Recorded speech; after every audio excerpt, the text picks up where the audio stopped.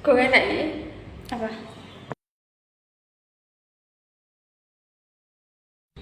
Baik, mohon maaf tadi ada kesalahan sedikit. Saya akan melanjutkan yang tadi. Baik, Assalamualaikum warahmatullahi wabarakatuh. Selamat datang bagi teman-teman yang sudah mengikuti live kami.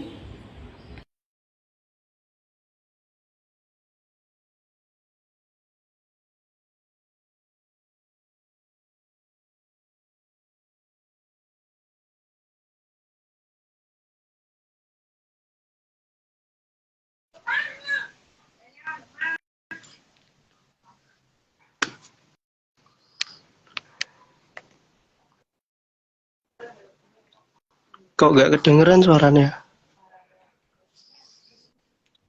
Selamat pagi Mas Haji. Terima kasih sudah mau mengisi materi pagi hari ini, yang mana pada pagi hari ini ada materi melawan berita bohong di aplikasi percakapan atau media sosial. Karena dapat dilihat bahwa di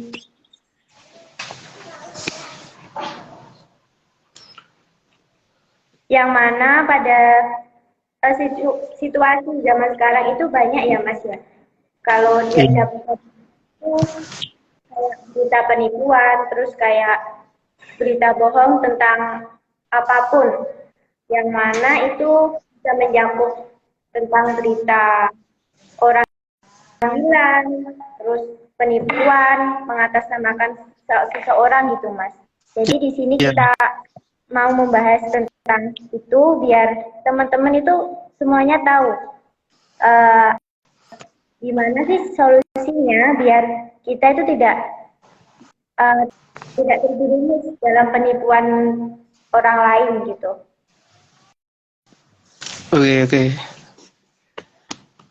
Ya, baik, saya di sini mau mempersilahkan untuk Mas Haji sebagai narasumber. Silahkan Mas Haji bisa langsung masuk. Oh ya, terima kasih untuk DST ya, saya panggilnya Dik karena adik tingkat. Terima kasih atas waktunya untuk hari ini adik-adik semuanya. Sebelumnya, Assalamualaikum warahmatullahi wabarakatuh. Waalaikumsalam warahmatullahi wabarakatuh. Gimana kabarnya DST? Alhamdulillah. Alhamdulillah. Baik ya. Saya agak batuk ini. Gak apa-apa. Terus hawanya ini panas. Sumuk. Ya, untuk hari ini alhamdulillah. Semoga kita diberikan kesehatan semuanya. Kedengeran nggak suaranya? Kedengeran Mas, kedengeran. Dengar ya? Jelas kok. Ya. Oke, untuk hari ini kita membahas terkait berita bohong ya, atau nama lainnya itu berita hoax di segala platform, baik itu di media massa maupun media sosial yang saat ini sangat gencar. Karena hari ini siapa sih yang nggak pakai media sosial? Semuanya kan pasti pakai. Dan di perkembangan zaman yang sangat modern ini ternyata masih banyak sisi-sisi negatif dari media sosial, yaitu banyaknya berita bohong atau berita hoax yang tersebar melalui media sosial. Jadi bincang-bincang apa ya, kayak cakap-cakap ngono ya, gak usah terlalu tegang karena ini cuma sharing-sharing aja, edukasi lah. Karena saya sebenarnya materinya juga masih minim, cuma sepengetahuan saya aja terkait materi ini. Jadi saya sempat browsing juga tadi terkait pengertian dari berita dan juga berita bohong, berita hoax. Berita kan adalah suatu informasi yang disampaikan oleh seseorang melalui media, baik itu melalui media massa maupun media digital. atau media sosial saat ini. Dan berita itu mengandung informasi ya. Di dalam informasinya itu ada yang informasi yang benar atau real, dan saat ini ada juga informasi yang hoax atau bohong atau palsu. Nah, pada saat ini sangat banyak sekali, sangat meluas berita-berita hoax atau berita bohong yang tersebar. Dan mirisnya karena kita kebanyakan itu minim literasi, jadi terkait berita yang tersaji atau berita yang tersebar itu kadang-kadang kita langsung percayai. Nah, itu negatifnya. Harusnya berita-berita yang tersebar itu kita cross check dulu, cek and recheck kebenarannya seperti apa, apakah memang benar atau mungkin itu masih sekedar opini atau itu bahkan berita yang tidak benar. Nah, maka dari itu kita sebagai mahasiswa khususnya jadi harus benar-benar teliti, tidak boleh secara global atau secara mentah-mentah kita mempercayai berita. Nah, maka dari itu kita juga harus memperbanyak literasi, banyak membaca, baik itu dari buku ataupun dari Google ataupun media-media massa juga perlu banyak kita pelajari seperti itu. Terus saat ini saya waktu cari-cari informasi di Kominfo, pengguna media sosial di Indonesia itu mencapai 132 juta orang. Nah, bayangkan sebanyak itu pengguna media sosial. Maka dari itu, sebagai pribadi pengguna media sosial harus bijak. Jangan sembrono menggunakan media sosial itu. Bagi orang awam, perlu adanya sosialisasi sih sebenarnya dari pemerintah agar tidak termakan berita-berita palsu. Tetapi ada mirisnya juga, memang ada oknum-oknum yang sengaja untuk membuat berita-berita palsu atau hoax, yang itu memiliki tujuan untuk membuat gaduh, untuk membuat kerusuhan, atau hanya untuk mencari uang dengan cara yang tidak halal, yaitu dengan menipu itu. Memang ada oknum-oknum yang berbuat seperti itu. Nah, jadi dari kita harus membentengi diri sebagai pengguna media sosial dengan cara itu tadi. Kita harus memperbanyak literasi membaca, kita harus cek and recheck, jangan langsung mempercayai suatu berita dari media sosial. Selain media sosial juga banyak terkait dari mungkin SMS ataupun telepon, kan ada kasus-kasus seperti itu yang tertipu akibat SMS, misalnya dapat undian menang hadiah mobil. Wah, kita ini kan gede sewenang, hadiah mobil, hadiah uang 100 juta. Tapi akhir-akhirnya untuk mencairkan itu harus transfer dulu. Nah, itu kan di awal aja itu bisa dicurigai. Menang tapi kok transfer dulu. Wah, gini kalau orangnya teliti, jelas ini pembohongan. Tidak mungkin kalau kita dapat hadiah terus suruh transfer dulu, kan itu jelas tidak masuk akal. Soalnya saya juga pernah ada saudara yang mengalami itu tertipu. Modusnya itu penipunya telepon mengaku kalau suaminya itu kecelakaan. Dia mengaku sebagai polisi, dan itu setelah disetting ternyata itu sudah terstruktur itu penipuannya. Itu menelpon istrinya yang di rumah mengaku sebagai polisi dan suaminya itu kecelakaan. Itu kondisinya itu kayak real gitu waktu ditelepon. Dan dikasihkan ke si korban, dan apa ya, karena kondisi psikologi seseorang kan bisa dipengaruhi akibat kepanikan, jadi langsung percaya tanpa cross check dulu. Ternyata itu bohong.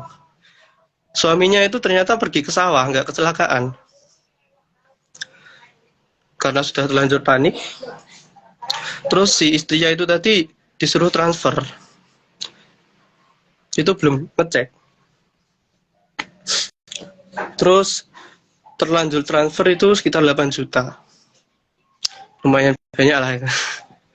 Bisa dibayangkan, dibohongi. Karena kita itu panik dan tidak ngecek dulu. Itu sudah terlanjur transfer, baru nelpon sini. Kebetulan yang ditelepon saya dulu. Suruh ngecek di sawah. Ternyata ada di sawah. Nah, itu terlanjur sudah transfer. Awalnya minta 10 juta, tapi baru dikirim 8 juta. Tapi itu sudah banyak sekali. Mau minjem lagi ke saudaranya 10 juta lagi. Wah, untung nggak dipinjemin dulu. Tapi kan itu sangat berbahaya sekali karena penipuannya sangat terstruktur dan seolah-olah nyata. Jadi harus diwaspadai. Belum tentu kan itu, harus dicek dulu.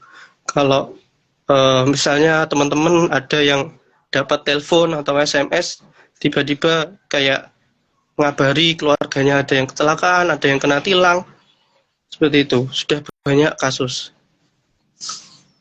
Mungkin akibat kurangnya pemahaman masyarakat umum terkait hal tersebut, berita-berita hoax yang harus dicek dulu. Jadi masih minim pengetahuan. Terus itu pengalaman dari saudara saya. Ada lagi dulu SMS sih. Saudara saya yang lain ada lagi minta pulsa 800.000. Nah, itu mengaku anaknya. Jadi kirim karena anaknya siapa yang kalau diminta anaknya nggak dikasih, pasti dikasih. Tapi nggak dicek dulu. Ini nomornya baru soalnya. Nomornya baru. Dilihat ciri-cirinya, SMS-nya, teleponnya itu hampir sama, suaranya hampir sama. Tapi itu ternyata penipuan juga.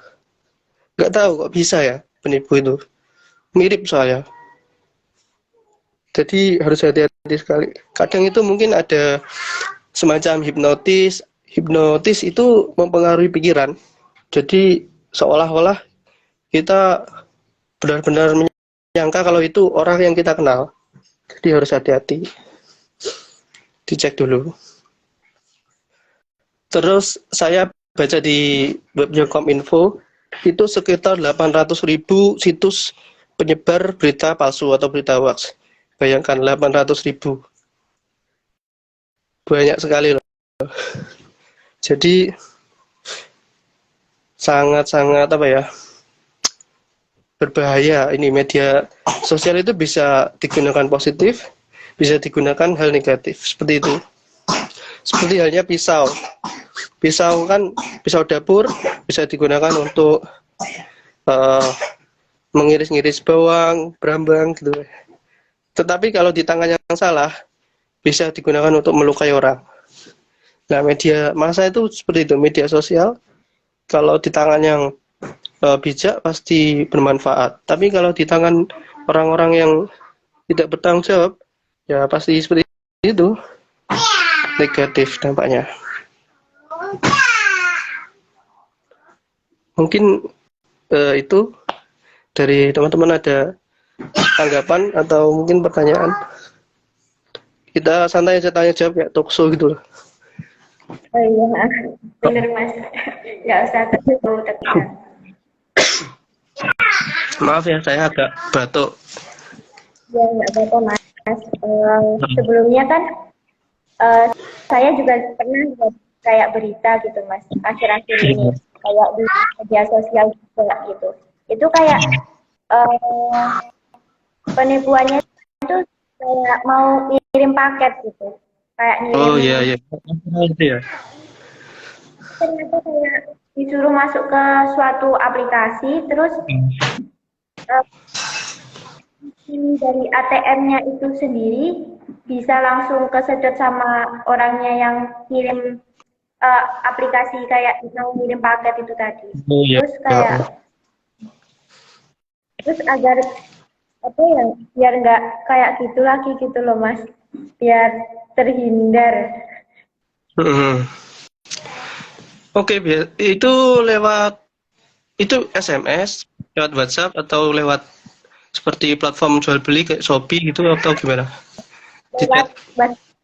jadi Mas, orangnya tuh ngechat, Mbak, permisi mau kirim paket atas nama ini, terus juga hmm, dikasih kayak nomor resinya gitu loh. Terus iya. dikirim, tapi kayak nomor resinya itu kayak masuk ke suatu aplikasi, tapi nggak tahu aplikasi apa gitu. Oh iya. Jadi biasanya itu sasarannya itu yang memiliki platform kayak Shopee ataupun ya yang jual beli yang lainnya Lazada dan lain-lain itu yang datanya mungkin dicuri. Mungkin bisa saja orang itu mencuri data dulu, lalu disiapkan sedemikian rupa di konsep, terus nanti jadi dikirimin link tersebut. Dah, ngakunya mau ngirim barang. Dah, setelah diklik linknya, otomatis saldo kesedot ya. Di ATM Iya, ya? Di iya, ATM. kayak di Ya, ATM gitu. tapi merasa nggak pesan barang ya sebenarnya nggak pesan barang tiba-tiba dikasih barang gitu. Ya mungkin kayak kaget gitu Mas, mungkin kepikiran kayak ada yang mau ngirim paket gitu, memang ada yang mau ngirim paket tapi nggak bilang dulu sama dia gitu, jadi orangnya itu kayak langsung buka apa yang resminya tadi yang udah dikirim sama orangnya tadi. Oh iya, itu hampir sama sama kayak SMS dan telepon tadi. Cuma itu kan beda beda platform kan yang dipakai itu pakai WhatsApp. Sama kayak yang telepon tadi cuma beda tempat sebenarnya. Ya itu semacam penipuan yang berkedok memberi hadiah, tapi ternyata menyedot saldo. Nah itu cara kita mengantisipasinya kalau ada hal tersebut. Kita kan pastinya curiga ya. Jangan langsung dipercaya. Dicurigai dulu apakah ini asli atau bukan. Jangan langsung klik linknya. Mungkin kan itu palsu. Nomornya kita cek dulu kan ada sekarang ini ada aplikasi Get Kontak ya. Mungkin teman-teman sudah tahu. Itu kita cek dulu nomornya ini nomornya apa. Biasanya kan keluar namanya kan. Iya, Kalau kita mau nelusuri dulu itu pakai aplikasi Get Kontak kita akan tahu ini benar-benar asli dari platform yang memberikan hadiah atau ini cuma penipuan. Saya teman saya juga ada. Untungnya itu di cross check dulu, dilihat di Get Kontak. Ternyata namanya penipu. Wah, ini berarti sudah ada yang pernah ketipu. Nah, jadi dicek dulu, jangan langsung mengklik link ataupun apapun lah yang dikirim oleh seseorang yang nggak kita kenal. Yang nggak kita kenal, terus uh, jadi harus di cross check dulu lah, check and recheck seperti itu. Saya dulu pernah juga mengatasnamakan, nah saya mengatasnamakan saya, terus chat teman saya, yang kebetulan teman saya itu jualan pulsa, jualan kuota. Itu saya heran juga ada itu. Pernah teman saya itu di chat, fotonya foto saya. Tapi untungnya bisa diketahui chatnya itu logatnya bukan logat Kedirian, logatnya logat Surabaya. Terus teman saya itu langsung ngecek SMS saya, ini bener nomormu bukan? Mungkin nomormu duduk wi kok enak ngaku loh. Jadi dicek dulu. Wah, ini penipu ya. Terus sama teman saya itu ditanggapi. Maksudnya dibuat mainan dulu lah. Sepanjang mana ini dia tahu terkait saya dan teman saya. Ternyata akhir-akhirnya blunder. Wah, ini penipuan. Jadi dicek dulu. ada itu yang ngaku-ngaku saya. Beberapa orang juga pernah cerita, ada juga. Jadi dicek dulu. Ini ada yang bertanya, Mbak Marina, eh saya mau bertanya, bagaimana cara untuk memberitahu adik kita yang masih di bawah umur untuk menghindari penipuan online itu? Oh iya, terima kasih pertanyaannya dari Mbak Marina. Bagaimana cara kita memberitahu adik ya yang masih di bawah umur untuk menghindari penipuan online? Biasanya kan adik-adik kita yang mungkin masih SMP ataupun SMA itu yang sudah pakai platform-platform media sosial, kita dampingi. Kita dampingi kalau mau mungkin pesan online ataupun ada pesan-pesan dari orang yang nggak dikenal, kita dampingi terus diarahkan. Kita coba ya ngecek-ngecek HP adik juga, jadi kita jangan acuh sama adik. Nah, maka dari itu kita cek juga, kita coba tanya-tanya, pernah nggak pesan-pesan online di Shopee ataupun Lazada dan lainnya. Nah, cara yang benar itu gini-gini, kita harus melengkapi data dan juga nick dan lain sebagainya supaya kan datanya aman. Itu keamanan dari aplikasi kan sudah ada pasti ya. Terus kalau ada yang chat-chat nggak jelas, tiba-tiba chat tapi nomornya nggak kenal, itu diomongi, jangan langsung percaya, dicek dulu, ini benar nggak. Terus pakai yang alat get kontak itu juga bisa ngecek nomornya ini asli atau palsu, seperti itu. Jadi mungkin itu cara kita memantau. Nah, kita tidak cukup memberitahu aja, jadi kita harus mantau juga, kita arahkan lah, seperti itu. Jadi diawasi bahwasannya, tidak hanya Tapi kan, adik-adik. Gimana?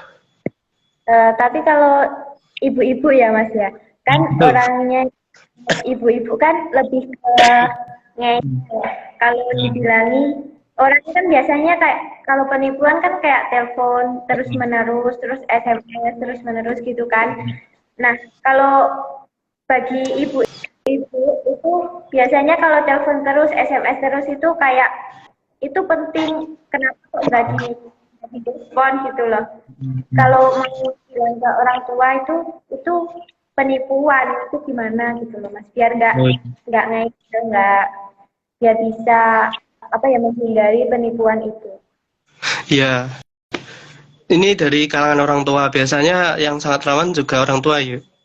Apalagi ibu-ibu ya. Biasanya kan terkait berita-berita tersebut kan agak kurang paham, literasinya kurang tahu. Jadi apa-apa sing masuk wis percaya ya. Biasanya kan gitu. Jadi sebagai anak kita juga harus mengarahkan orang tua juga terkait platform online seperti itu. Soalnya buku barang, ibu saya juga pernah mengalami, jujur saja pernah mengalami. Terus akhirnya kan cerita tau ibu kertiku ya gitu. Jadi kita juga harus tanya-tanya sama orang tua juga, biar orang tua nggak kena tipu juga. Jadi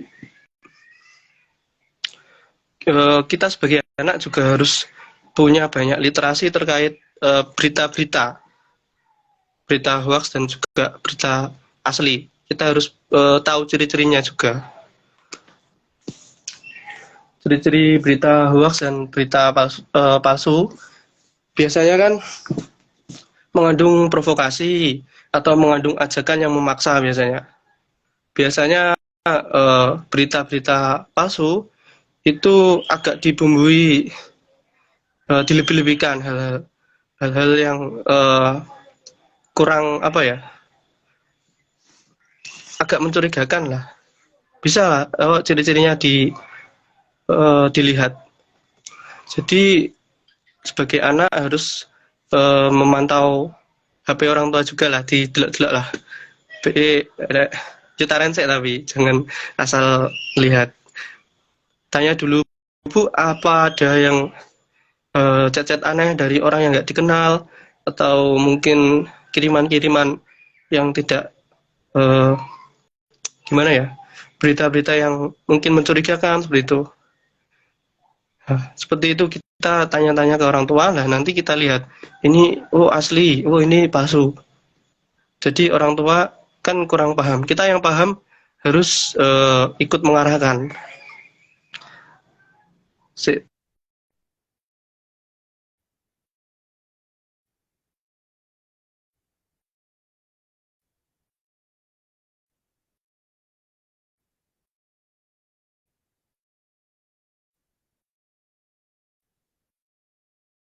Lihat sumbernya sumbernya jelas apa enggak. Kalau sumber tidak jelas, bisa dipastikan itu bohong. Kita cek dulu.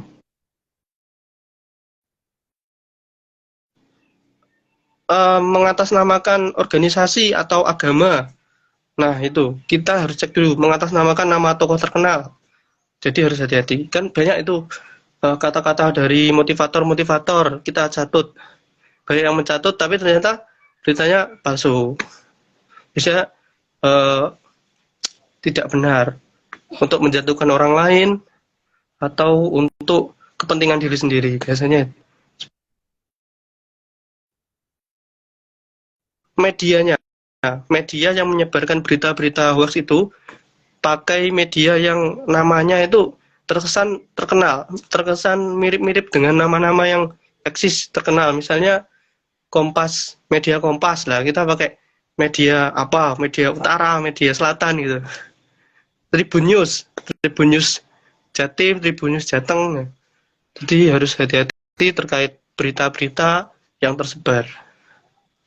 Kita cek dulu. Jangan hanya percaya sama satu media tersebut, tapi kita cek di media-media yang lain. Apakah sinkron apa enggak? Kalau enggak sinkron ya berarti bohong. Mungkin itu ada lagi, Mbak Esti. Oh iya Mas, ini ada yang mau tanya lagi. Kan selain dari yang sudah disebutkan tadi, penipuan barang, terus kayak uang, kayak pulsa, terus yang lain sebagainya, itu kan juga ada yang namanya gendam ya Mas, gendam. Oh iya. Nah, Iya semacam hipnotis itu. kan tidak sadarkan diri saat dilakukannya. Seumpama kalau apa ya, kita mau ngeimbangi gitu, tasawuf ya, tasawuf psikoterapi. Nah, kalau mau ngimbangi dengan ilmu itu apakah bisa gitu Mas saat tidak sadarkan dirinya? Gini ya, sebenarnya kalau kita apa ya, diri kita itu tenang, diri kita itu tumak ninah, atau istilah tasawufnya itu tumak ninah atau ketenangan hati, ketenangan jiwa. Jadi tidak mudah terpancing gelisah, tidak mudah terpancing emosi. Jadi insya Allah gendam atau hipnotis itu akan susah mengenai kita. Jadi kalau terkait tasawuf itu bisa kita terapkan amalan-amalan tasawuf yang teman-teman mungkin pernah dapat, atau mungkin wirid-wirid yang membuat hati kita tenang. Mungkin setiap ada mungkin yang indikasi atau dari luar itu mau masuk ke kita yang mungkin bersifat negatif, itu akan tertolak. Jadi antisipasinya itu kita secara tasawuf kita mendapatkan ketenangan hati, tenang jiwa, pikiran, tumanina dalam tasawuf. Insya Allah nanti tidak akan mudah terkena gendam ataupun hipnotis seperti itu.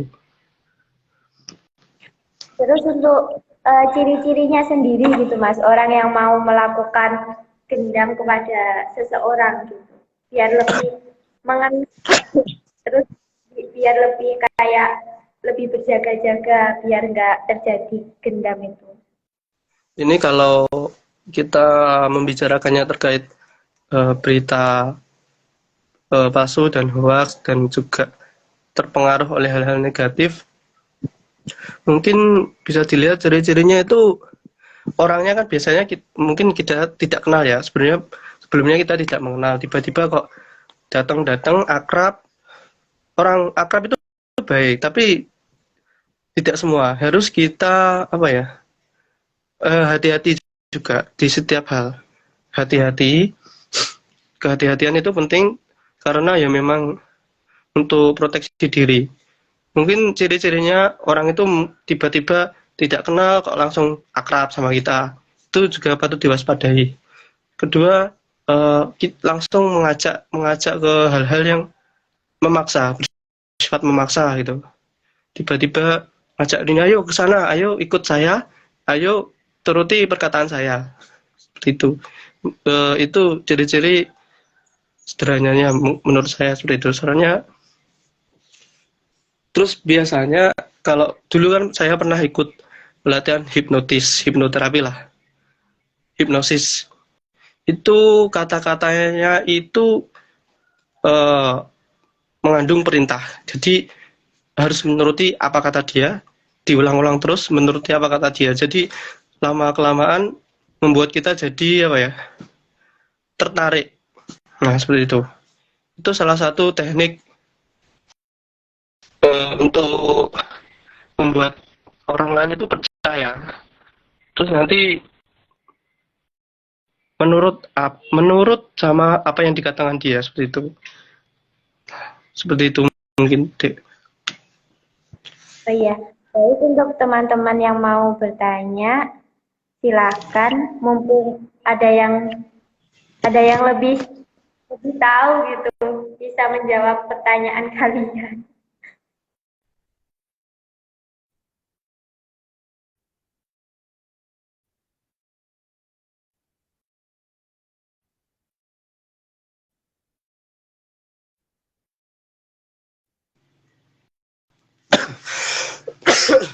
Memang seperti itu ya. Pada masa sekarang ini, era saat ini globalisasi, memang banyak sekali berita-berita yang tersebar secara mudah dan itu tidak semuanya positif. Biasanya banyak sih juga yang negatif. Jadi harus cek and recheck. Jangan langsung percaya sama satu platform atau satu website. Kita harus cek lagi di lain website.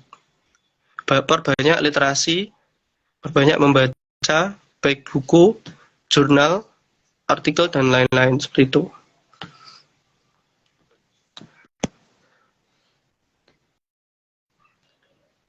Mungkin ada lagi, Dek?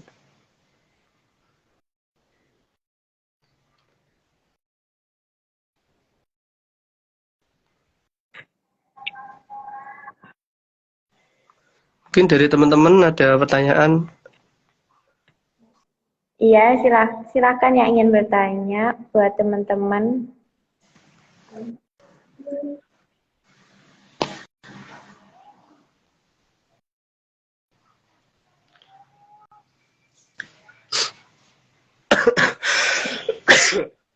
Menanyakan selain itu juga nggak apa-apa. Monggo, monggo. Mas Wafa, Mbak Yuan, baru join. Silakan nimbrung. Mbak Sofia. Nah, itu Mas ada yang bertanya lagi, Mbak Risa. Bagaimana tindakan bagi orang yang terkena penipuan? Terkadang penipuan itu tidak kita sadari gitu.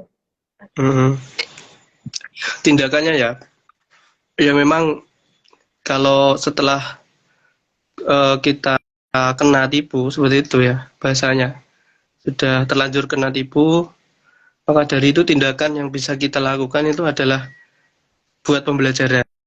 Jangan sampai kita mengulangi kesalahan yang sama. Jangan sampai kita terjatuh di lubang yang sama. Jadi, semisal kita pernah ditipu terkait mungkin teman menawarkan apa, terus kita investasi, nah, seperti seperti itu, investasi bodong. Nah, maka dari itu ya kita jangan ikut-ikutan lagi. Kita cari kesibukan lain lagi, kita cari usaha yang lain. Jadi itu hal yang bisa kita lakukan ketika kita sudah terlanjur kena penipuan seperti itu. Buat pembelajaran lah, jangan sampai diulangi lagi. Suara saya jelas nggak, Dik? Jelas Mas. Jadi itu yang bisa kita lakukan setelah kita sudah pernah kena tipu, dan kita bisa sharing sama teman-teman supaya teman-teman yang lain tidak mengalami seperti apa yang kita alami. Mungkin seperti itu. Jadi pembelajaran kita sampaikan ke orang lain. Terus Mungkin untuk itu. kasus penipuan itu sendiri, kan biasanya ada orang yang mau ngelaporin ke polisi gitu Mas. Itu apakah Kalau kita punya bukti-bukti yang kuat, kita bisa melaporkan. Tapi kalau buktinya minim, lebih baik ya buat pelajaran kita sendirilah. Soalnya urusan hukum nanti kita tahu sendiri kan, hukum di Indonesia itu harus ya seperti itulah. Lebih baik kalau ada bukti yang kuat, mau mengumpulkan bukti-bukti, segera laporkan. Kalau tidak punya bukti yang kuat, ya sudah kita apa ya, masalahnya sabar dan tabah. Mungkin itu adalah salah satu cara untuk kita bersodakoh. Mungkin kita lupa sodakoh, jadi kena tipu seperti itu. Setelah itu buat pembelajaran, terus kita rajin sodakoh biar tidak kena kasus yang seperti itu lagi. Biasanya kalau penipuan itu saya amati itu orang-orang yang kurang bersodakoh. Kalau saya amati ya. Makanya sodakoh itu bisa menghindarkan diri dari penipuan seperti itu. Bisa menghindarkan diri dari musibah atau bencana kan. Seperti itu menurut tasawuf.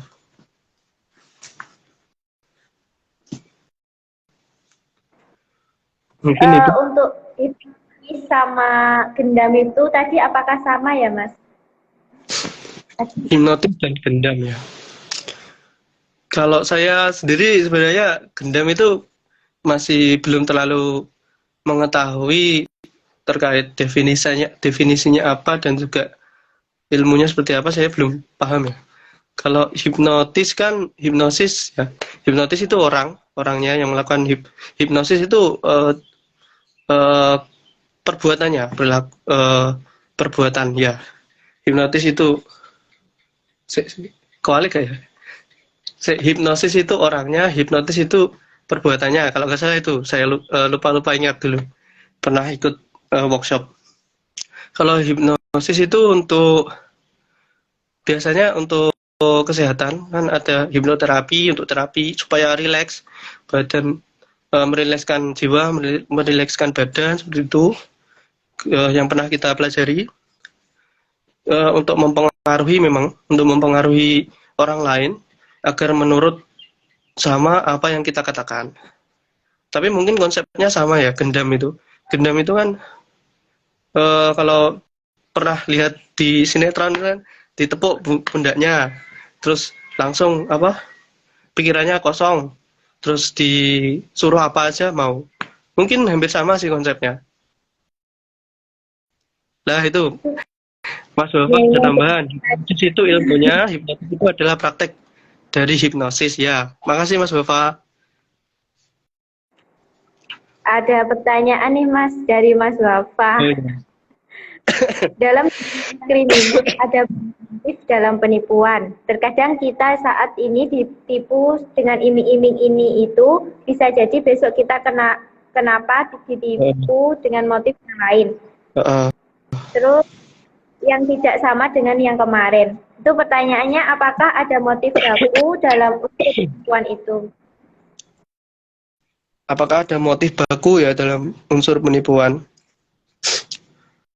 Sebenarnya eh,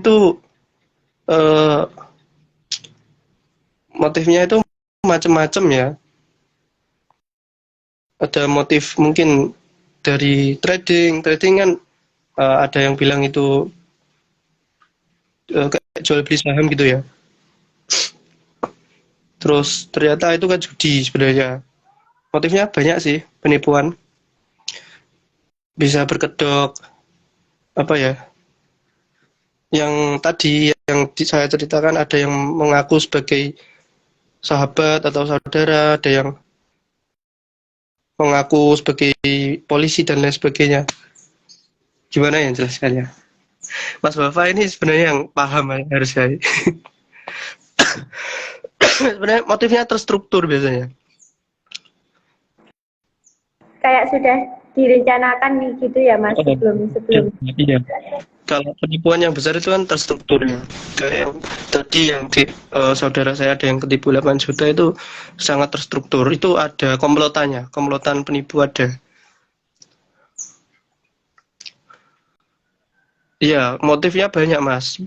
Saman kan juga sudah menjelaskan itu. Bisa saja kita tertipu dengan motif hari ini motif yang ini, besok motif yang berbeda itu bisa aja. Jadi ada banyak motif-motif penipuan sih. Biasanya ya seperti yang tadi yang trading, terus di telepon, terus ada juga SMS yang mengatasnamakan mungkin bank dan mengirimkan hadiah seperti itu. Motifnya banyak. Ada motif yang seakan-akan memberi hadiah, ada motif yang seakan-akan itu jual beli saham, ada motif yang seakan-akan itu ada insiden, terus eh, kita dimintai uang seperti itu. Ada penipuan juga yang berkedok kerjasama. Banyak, mungkin itu, Mas Wafa.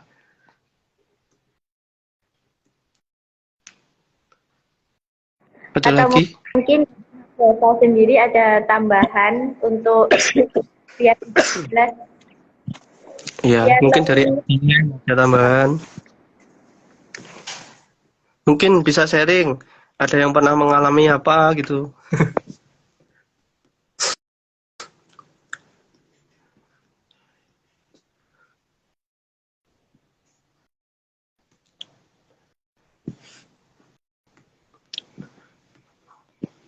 Apa ki? Oh ya, mungkin itu, Dek. Ada lagi? Mungkin jika dirasa teman-teman sudah tidak ada yang ditanyakan lagi, bisa ditutup Mas, atau bisa diberi motivasi agar lebih ada lagi ke depannya gitu.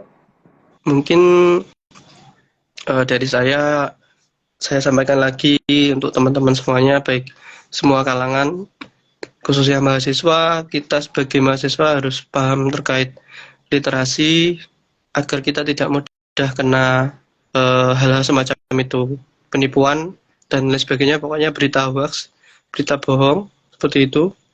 Kita harus cek and recheck, harus cross check, jangan hanya berpatokan dari satu platform atau media, kita cek dari media-media yang lain juga. Terus mungkin kalau ada seseorang yang tidak kita kenal tiba-tiba kok menghubungi kita harus cek dulu pakai aplikasi Git Kontak atau aplikasi yang lain lah, yang lain yang bisa digunakan. Terus terkait dengan uh, ada yang memberikan hadiah atau apapun itu, jangan langsung kita percayai. Kita tanyakan dulu sama orang yang lebih paham. Mungkin ada kenalan dari polisi ataupun dari tentara ataupun dari perangkat-perangkat pemerintahan lah, Kominfo, bisa dikonsultasikan apakah ini benar atau salah beritanya, seperti itu. Kita tanyakan ke orang yang lebih tahu dulu, jangan langsung kita percaya. Waspada lah. Mungkin itu dari saya. Dalam Jadi itu kesimpulannya kayak pemerintah itu lebih lebih memberikan perhatian yang lebih untuk masyarakatnya agar terhindar dari penipuan itu. Terus kayak lebih adakan sosialisasi kepada ibu-ibu, terus kepada anak-anak, ya, terus agar mengetahui lah bagaimana caranya agar terhindar dari penipuan itu gitu. Terus ya tahu itu apa sedikitnya, terus kayak motifnya itu yang lebih dominan itu seperti apa, biar kayak kita sebagai remaja ya, saya sendiri juga sering gitu mas kayak di SMS, di telepon, terus kayak dapat dapat WA gitu juga sering. Jadi lebih buat pengalaman gitu.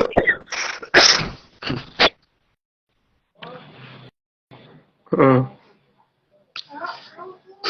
Terus ada juga di WhatsApp itu ibu saya sendiri mengalami itu pernah di chat oleh mengatasnamakan lembaga zakat dan amal seperti itu. Jadi minta sumbangan dana. Tapi itu minta sumbangan dananya tidak satu kali. Habis ditransfer minta lagi, transfer minta terus. Nah, lama-lama kan apa ini benar enggak ya?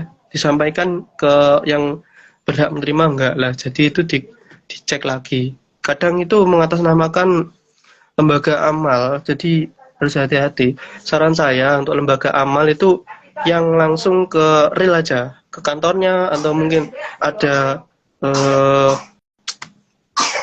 di baliho atau apapun yang nomor yang bisa dihubungi itu.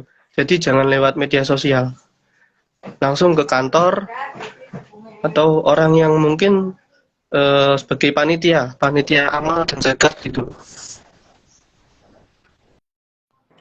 Biasanya ada motif tersendiri nggak sih mas kalau melakukan hal itu gitu?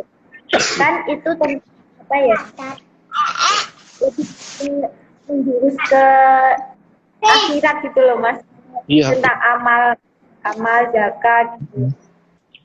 Iya, motifnya ya dananya nanti disampaikan ke anak yatim piatu, ke yayasan dan lain-lain seperti itu, ke kaum duafa. Tapi kan kita nggak tahu, ini cuma lewat chat aja. Kita juga tidak dikirimi apa semacam laporan dananya itu disampaikan apa enggak, kita tidak dikirimi. Jadi kan kita tidak tahu ini dananya dialirkan kemana, disampaikan ke siapa kan nggak tahu. Nah, saran saya untuk mungkin mau sedekah atau infak langsung aja ke kantor-kantor terdekat yang mengurusi terkait zakat dan amal supaya supaya menghindari hal-hal negatif, hal-hal yang tidak diinginkan. Itu kan bisa jadi cuma untuk apa kepentingan diri toh. Kan ada kemarin kasus yang mengatasnamakan yang ramai pernah ada itu travel haji, travel umroh itu ternyata kan penipuan. Dananya cuma dipakai pribadi buat seneng-seneng aja kan ada itu.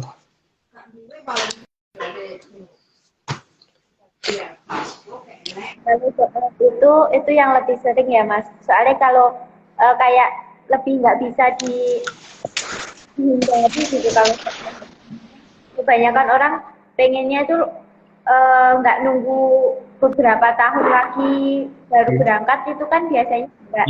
Tapi kalau yang biasanya kalau penipuan itu kan langsung berangkat gitu kan mas, dijanjikan langsung berangkat. Menggiurkan, memang biasanya menggiurkan, menawarkan hal-hal yang tidak masuk akal kadang. Oh, ini kok menggiurkan sekali, kayak bikin orang tertarik. Jadi jangan langsung dipercaya, harus dicek lagi di biro haji atau umroh yang lain itu dicek, di sana juga dicek, terus apa kayak rekam jejaknya atau eh, biasanya apa ya namanya riwayat penelusuran itu seperti apa gitu, sejarahnya gimana itu kita cek dulu.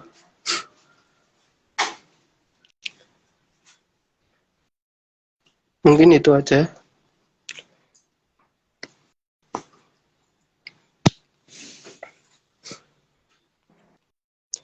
Baik Mas, terima kasih banyak sudah mau bergabung menjelaskan apa sih eh, penipuan-penipuan penipuan yang sekarang itu makin semarak gitu di Indonesia, Iya. terutama tinggi gitu Mas. Terima kasih banyak atas partisipasinya.